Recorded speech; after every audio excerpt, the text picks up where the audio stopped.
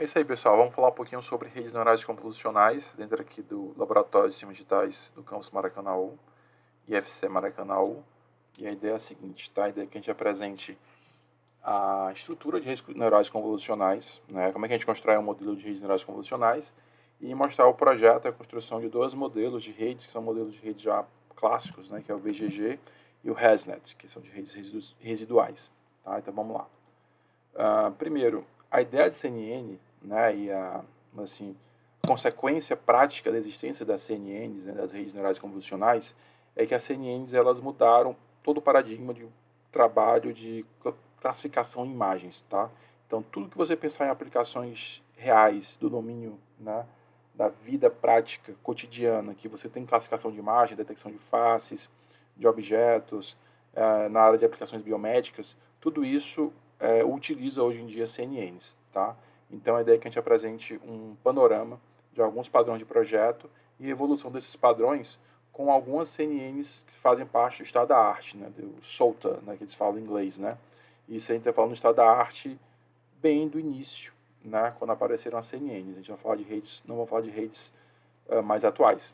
Então a gente vai falar sobre o ConvNet, que é um exemplo bem do início mesmo, né, bem antigo, uns 12, 14 anos atrás, que aí ele introduz algumas ideias que ficaram, né, que são presentes em todas as CNNs, né, que é o pooling, que é uma ideia para você reduzir o tamanho da dimensão dos mapas de características de uma rede convolucional, e também introduziu a ideia de você ter filtros que vão aumentando de tamanho conforme você vai se aprofundando na rede.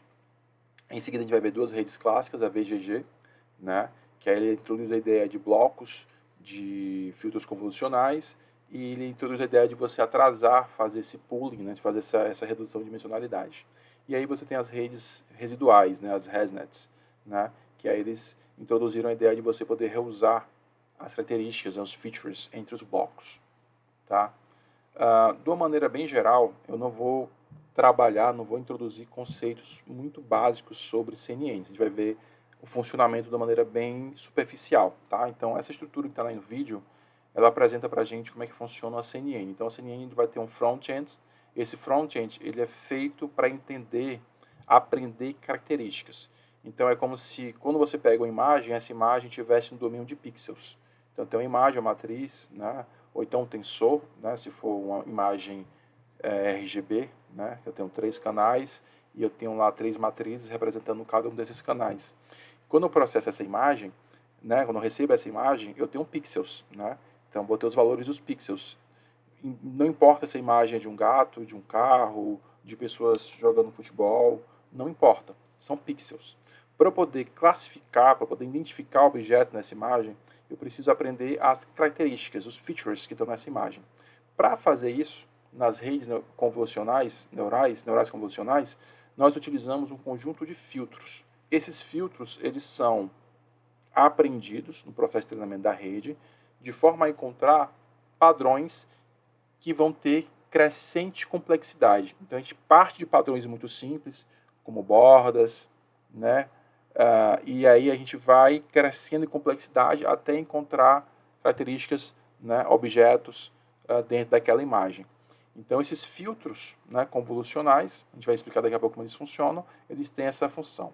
Então quando você passa uma imagem por um filtro, a resposta desse filtro é uma matriz também 2D, ou se você pega um tensor como entrada e passa por um filtro, a saída vai ser um tensor.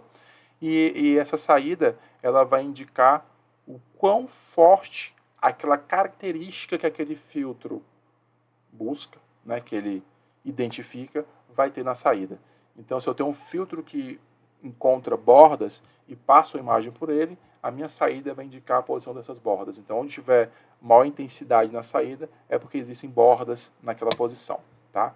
E aí ele vai fazendo uma cadeia, né, um pipeline de filtros, e vai juntando informações de vários filtros. Então, os filtros mais iniciais pegam diretamente de pixels, mas os próximos já pegam de algumas características que eles já detectaram. E isso vai evoluindo, evoluindo, evoluindo, até eu ter características interessantes sobre aquela imagem que eu possa fazer uma classificação.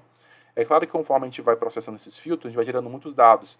Então a gente precisa ter alguma técnica, no caso aqui é o pooling, para reduzir o tamanho desses dados. Então o pooling basicamente é um filtro especial que ele vai, por exemplo, se for um pooling 2x2, é uma matriz 2x2, que eu vou varrer, né, eu vou deslizar essa matriz pela imagem, e aí, em vez de pegar a cada 4 pixels, eu pego só um. Né? Cada entrada eu pego só uma entrada, a maior ou a menor, dependendo do tipo de pooling. Depois que eu faço essa redução de dimensões, né, eu vou transformar essas informações que estão no formato 2D ou 3D, se for no caso tensores, e vou colocar isso de forma linear, né, como se fosse um vetor de uma dimensão. Esse vetor de uma dimensão vai passar pela etapa de classificação. Né? Essa etapa de classificação é feita pela DNN, né, uma rede neural profunda. E depois da classificação, né, às vezes que eu vou, né, usar essa rede neural, eu tenho uma saída, né, que normalmente vai ser um softmax, que é uma função de ativação que dá a saída, uma probabilidade de pertencimento a uma certa classe. Né? E aí eu vou ter a probabilidade, por exemplo, se aqui fosse uma rede que diferenciasse imagens de gatos ou cachorros, eu teria aqui o percentual, probabilidade de ser um gato ou a probabilidade de ser um cachorro. Tá? Então, meu front-end, ele aprende as features, e meu back-end, que é a parte da rede neural, ele faz a classificação.